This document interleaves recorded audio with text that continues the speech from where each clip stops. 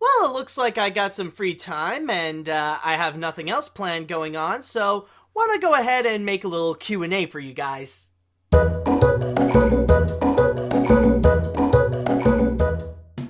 Hey guys, welcome to Q&A with ANIMAT, and this time around I'm doing something that is a little bit different. In the previous episodes, I would just mainly focus on gathering questions from the comment section on YouTube. But this time around, I'm gonna go a little bit more into a variety, and I actually did put in the effort to go and ask people if they have any questions for me on this particular episode on social media. So I went and asked if there are any questions out there on Facebook and on Twitter, and so far I've gathered a pretty good mix of different questions from all around social media. So you'll find some that are on Facebook, on Twitter, and of course on the YouTube comment section. So with all that said, let's go ahead and get things started with our first question, which will be from Chelsea McCorkle on Facebook, and she asks, I really don't have a true question except to ask how you are doing and what your plans are for the year. Well, I would say that I am doing fine. I am always hard at work making some pretty ambitious videos for you guys.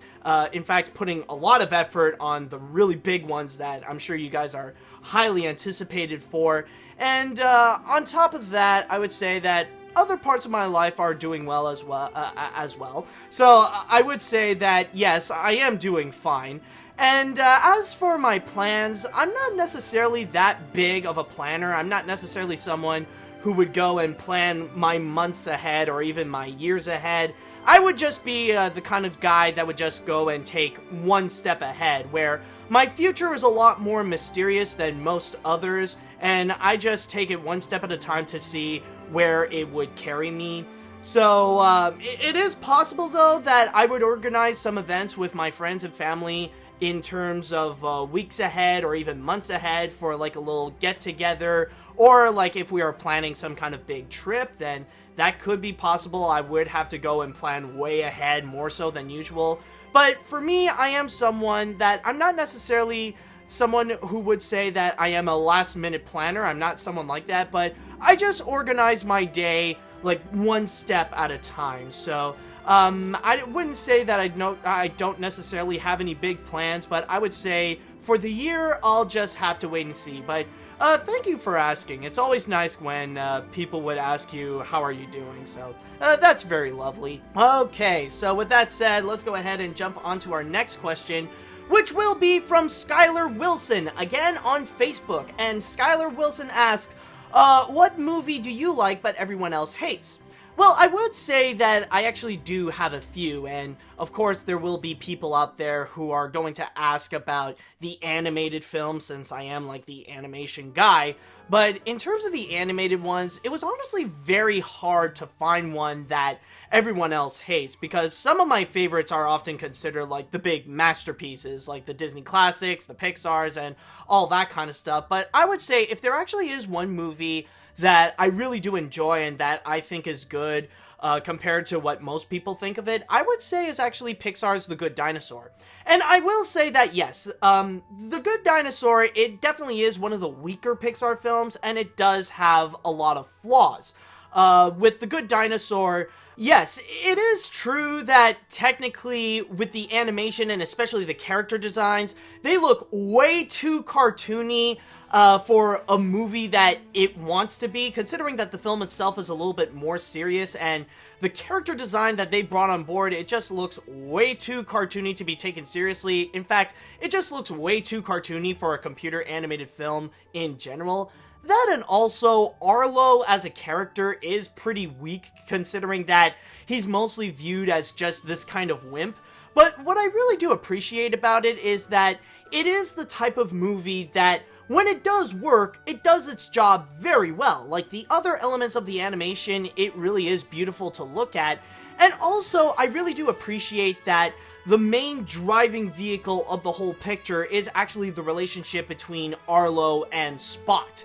Because that's actually the element where it really gets to your heart the most, and I'm not gonna lie, it even got me teary-eyed when I saw it in theaters, especially towards the end. So the connection between Arlo and Spot really does work, and especially with Spot, even though it is a character that doesn't necessarily talk and acts more like a dog, oddly enough, is one of the stronger characters of that movie. But I would say that with the Good Dinosaur, I do agree, it's not one of the best Pixar films, but there have been worse Pixar films out there. Like, I would take The Good Dinosaur over any of the Cars movies in a heartbeat. So yeah, it's not the best animated film, but for what it did, it's not that bad. It did do its job pretty well.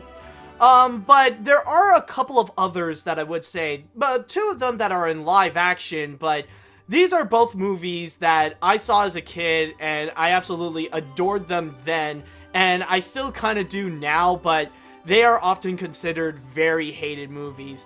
The first of which, believe it or not, is actually Little Nicky. Yes, the Adam Sandler movie that is set in hell. I think we can all agree that we all have that one weird Adam Sandler movie that we enjoy that most others actually don't. And the thing with Little Nicky is that I was 9 years old when I first saw it, which technically is the perfect age and a terrible age to watch it, because with Adam Sandler films, as we all know, most of them are just very crude, and, you know, it contains, like, a lot of swearing, a lot of sex jokes, like a very PG-13 kind of movie that kids shouldn't watch. But with the maturity that it has, it is also the perfect age for people, of that age to watch it as well and think that it's absolutely hilarious. And even to this day, there are still some elements that I do find that are genuinely funny. Like, I really love Mr. Beefy as a character, and often I would get some laughs from several of the gags out there, even as Adam Sandler as Little Nicky, or especially like his two Satan-worshipping buddies. Like, those guys often crack me up. And, yeah, I would say that with Adam Sandler, yeah, sure, there are some films that are genuinely enjoyable and that I do like, that they are legitimately good movies, like Mr. Deeds and 50 First Dates. But with Little Nicky, I am aware it's one of the more hated Adam Sandler movies, but I honestly really do like it because I do have a personal history with it, and I still kind of enjoy it to this day.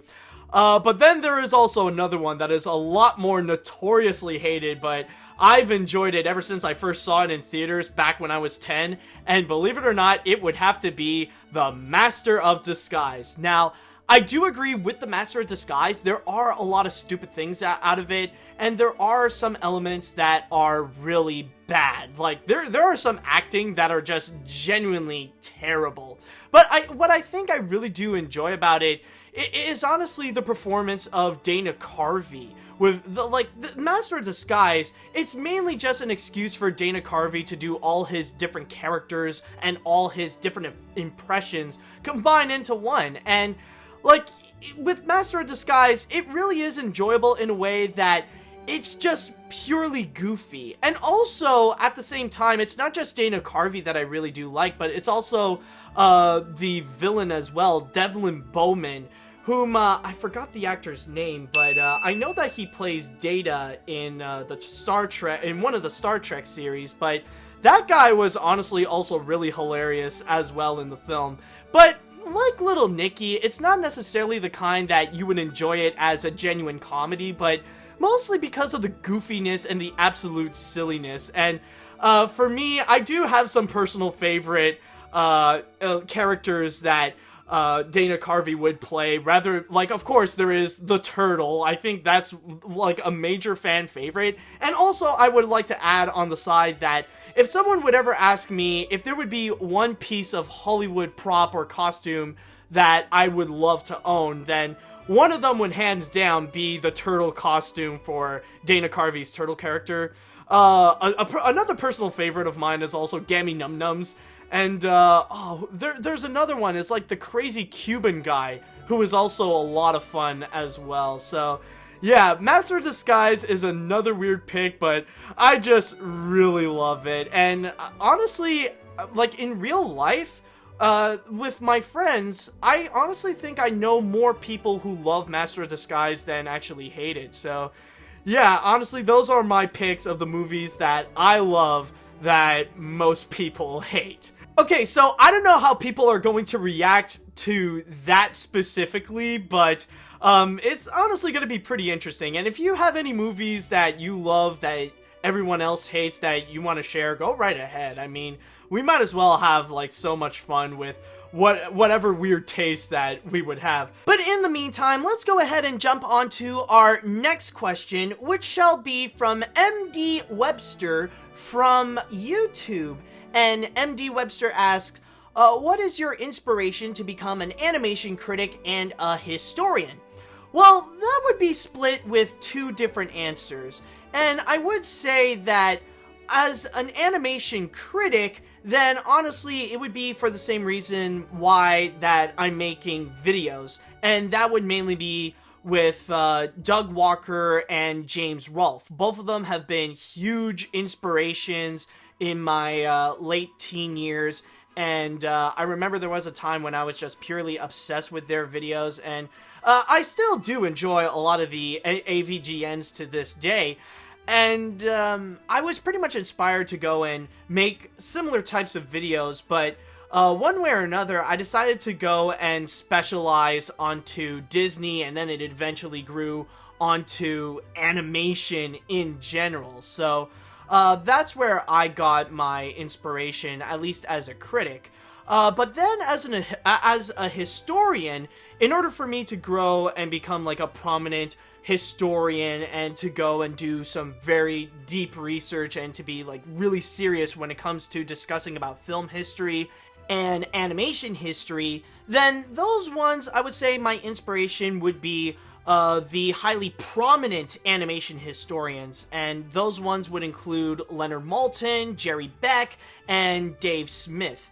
And of course, there are plenty of others as well, like J.B. Kaufman and Michael Barrier. But those are the main three people that are my biggest sources of inspiration, and some that I would even deem as my heroes. In fact, I really do look up to Leonard Maltin, both as a film historian and as a critic. So Leonard Maltin is honestly one person that I look up to as someone whom I would like to be.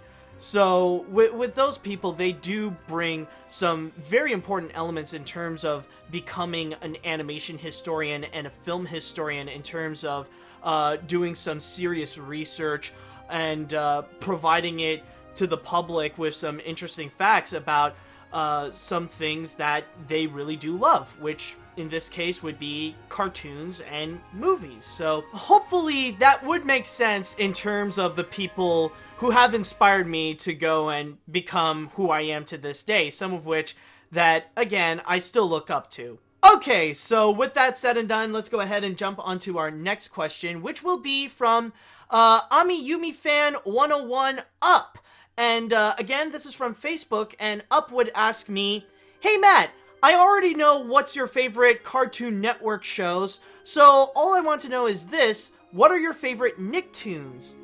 And I would say that with Nicktoons, I don't have as much that I really do love as much as the Cartoon Network shows, since growing up I was a lot more of a Cartoon Network kid than an actual Nicktoons kid, but there are some shows that I loved watching that are from Nicktoons.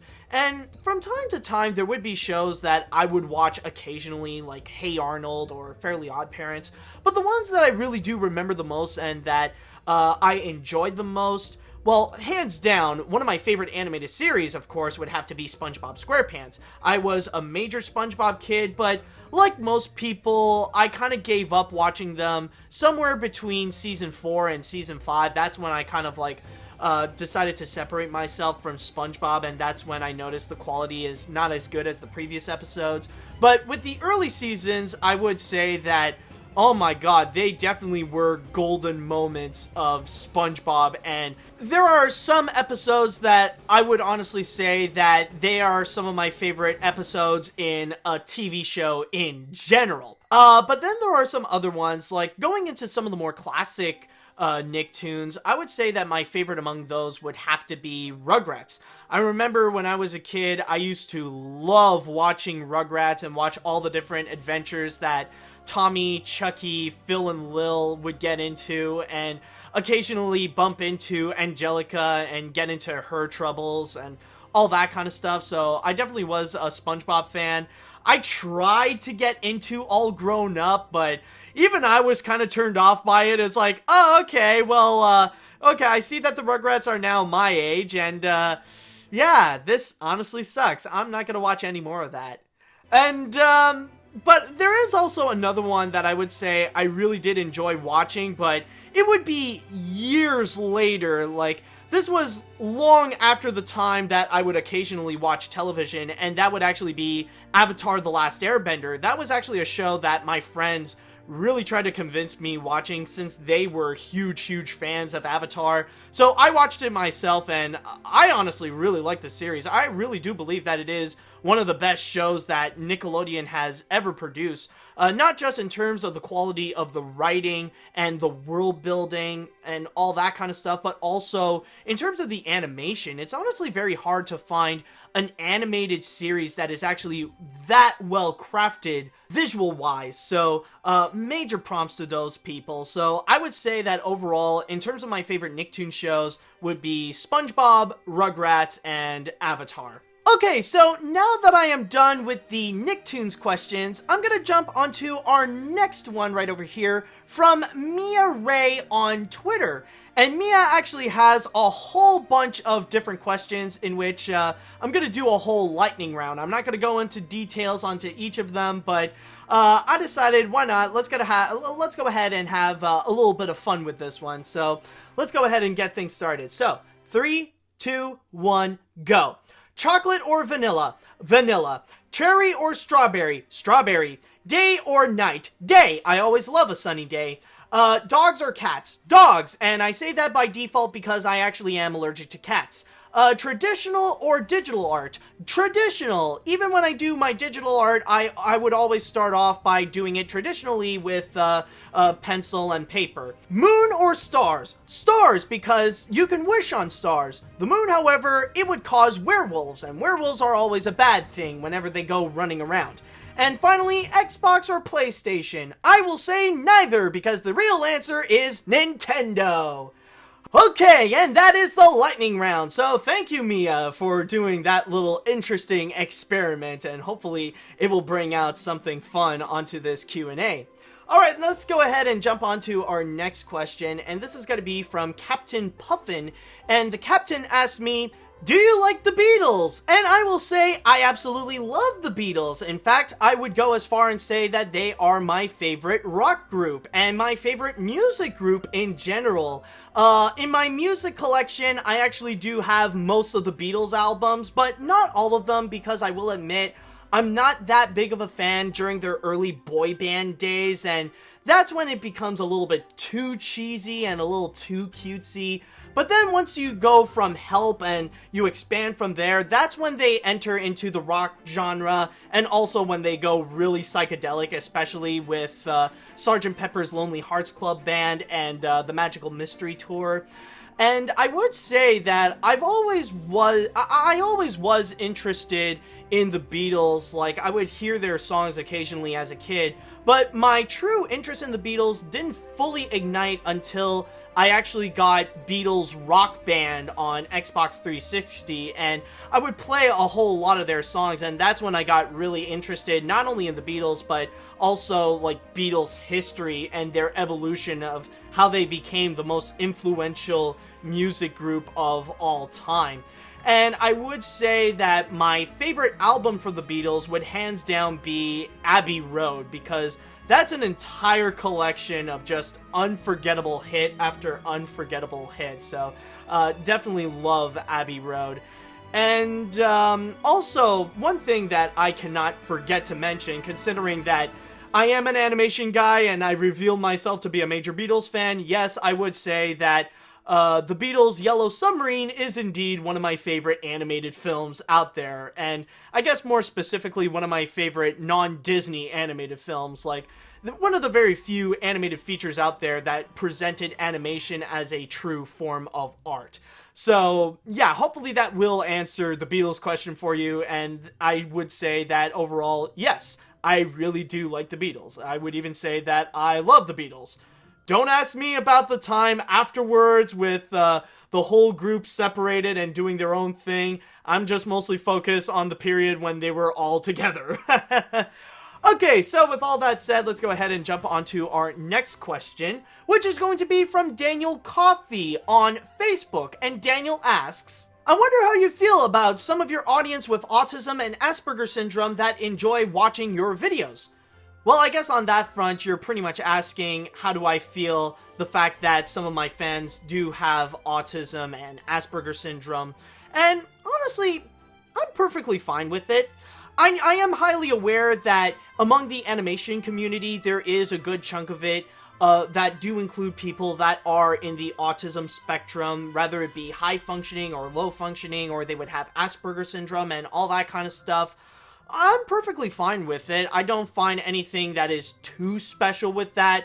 Honestly, with people with autism, I completely understand that autism is not necessarily a freaking disease like what anti-vaxxers want to try to portray them, or something to fear about. It's nothing like that. I do understand that autism in general is just a different way of thinking and a different way of processing information. So for me, I don't necessarily view fans with autism any different than having fans that would be of a different religion. Like I would have like Muslim fans, or fans with a different race. Like I would have black fans, or fans with a different nationality, like Australian fans or New Zealand fans or British fans or anything like that. So, you know, it really is nice to go and include in my collection of fans, and you know, they really are nice people. One thing that I would say, though, that I do notice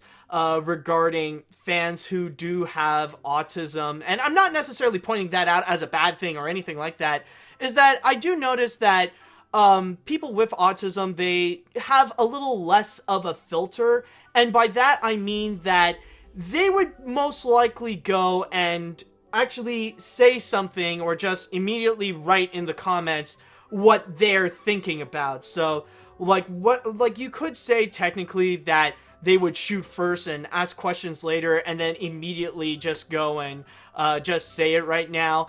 And I know that sometimes it can be both a blessing and a curse to handle and to deal with, but overall I would say that I'm perfectly fine with it. It's no different than having any other different fans out there. So yeah, it's just a certain group of people that, you know, they love watching my videos, and I'm all welcome for it. I myself am not a part of the autism spectrum. I don't have autism. I don't have Asperger's syndrome. I know that there are some people that would want to ask me that question, so I'd better go and try to qualify that. But yeah, I'm perfectly okay with it. You know, no different than having fans who don't have autism, so yeah, you know, they're fine. They're good people. Okay, so now that I got the autism question done, let's go ahead and jump onto our next question with Olivia on Twitter. I think that is Olivia, though, because she literally wrote her name upside down. You'll understand when you see it. And Olivia asks,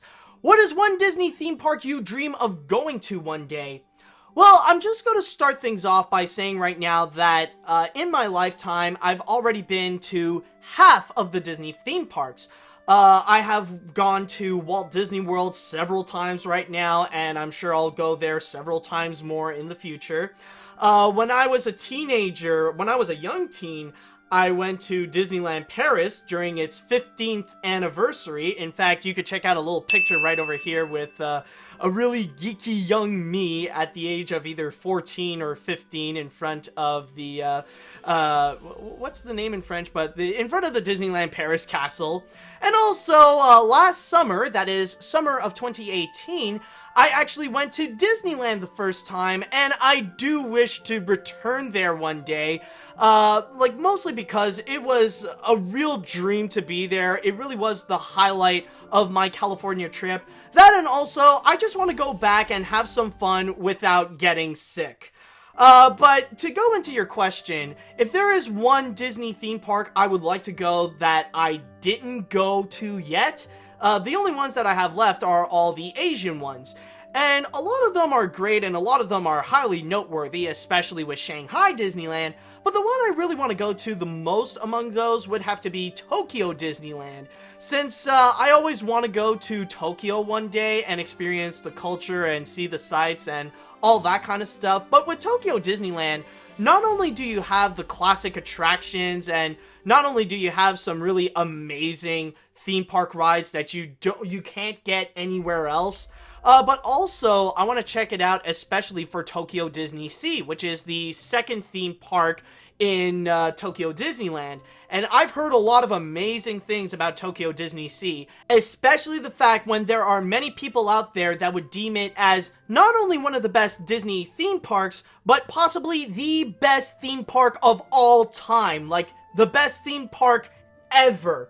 And that really is saying something, considering that it is from Disney and considering all the different theme parks out there. So that is honestly something that I truly want to experience for myself. So yeah, among those that I have yet to see, I would say Tokyo Disneyland I would go the most that I haven't gone to yet. But then again, with all the different Disney theme parks, I would love to go to all of them and go to all of them several times again and again. Okay, so with that question done, let's go ahead and jump on to our next question, which is going to be from Saul M on Twitter. And Saul would ask, do you think Sony now has potential for good animation after Into the Spider-Verse?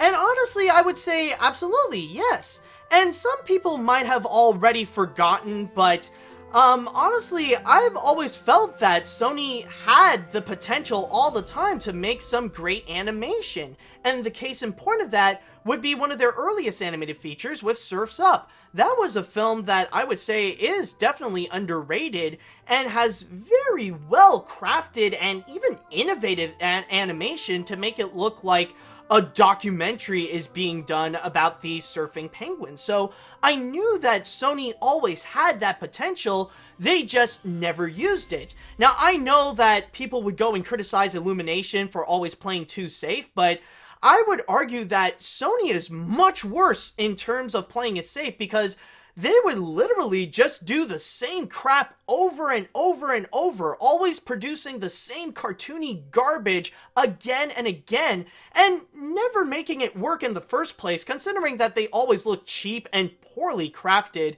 whether it be like with the Emoji Movie, the Cloudy films, or Hotel Transylvania.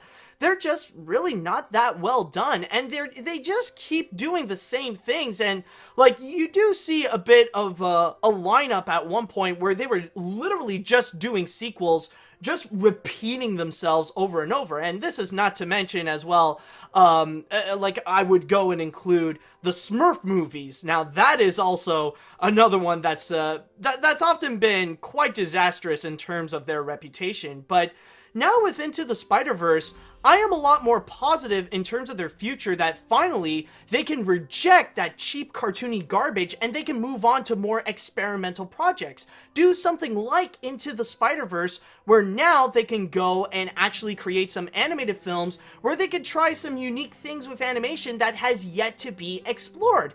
And honestly, that's the direction I would love to see from Sony, where they would try something new. Maybe some of their experiments might not work like with Hotel Transylvania or Cloudy, but I do hope to see something new, something fresh, something unique, a little bit in the veins of Into the Spider-Verse. Now, of course, Spider-Verse, they already set themselves a massively high standard, but hopefully in the future we will see more potential experimental animated films that hopefully we will see a new Sony Pictures animation where they're no longer about the cartoony animated films that are just pandering to lowbrow kids, and now they could try something new. They're going to be the experimental animation studio, so hopefully that will give them a massive boost in terms of their reputation if they could go in that direction. So I am glad overall that Sony is discovering that they do have the potential to make great animation, and hopefully they will stick to it and just go beyond creative from there. Okay, so now that I got that question done, it is now time that we will look into the final question, which will be from Brian Crowell, again from Twitter, as Brian asks me, with this year marking the 10th anniversary of Electro Dragon Productions and Animation Look Back, did you ever think you would make it this far for your career on the internet? And honestly, I would say no. Like I said in my first question, I'm not necessarily someone who would go really plan ahead for the years to come or even the months to come. I would just go and take it one step ahead. And I am aware that technically as a YouTuber, I have been here for quite a long time. In fact, as I'm recording this, well, technically, like, as Brian Crowell stated, that soon it's going to be 10 years since I've been making videos mostly talking about Disney and animation, and it has been quite an epic adventure, and probably the best thing so far that has ever happened to me in my life in terms of building myself as who I am. Like, it really has been such an incredible journey of self-discovery that I technically still am experimenting and seeing who I am, and I know that I have done some mistakes in my past, but as an artist, I am always trying to do my best to go and improve upon myself and to be better than who I was yesterday. So to climb higher and higher, to become the best that I can ever be, and hopefully to go and achieve my dreams, not just in terms of my career on the internet, but also in terms of some of my other passions, like in voice acting, which I am still doing, and hopefully things will work out for the best on that. So yeah, honestly, it's just been such a wild ride that hopefully I can continue for a long time as well, and hopefully you guys will come along for the journey. And I just want to thank you so much for joining me in this epic experience, because it's just been absolutely incredible, and again, possibly the best thing so far that has happened to me in my life. And with all that said, I would say that this should conclude this episode of Q&A with ANIMAT'S. So I just want to thank everybody who has asked me a question on this episode. And also, if you guys would like to ask me a question, then don't hesitate. Go right ahead and just be nuts with whatever crazy question that you would have. And chances are you would actually get an opportunity to have your question be answered here in Q&A with ANIMAT. And now you can have the confidence to ask me wherever you would be, whether it be the comment section on YouTube, on Facebook, on Twitter. If you have a great question, then I will save it, and hopefully I will go and answer it. So with all that said and done, I would just like to say thank you guys so much for watching, and until next time, see you later, dudes!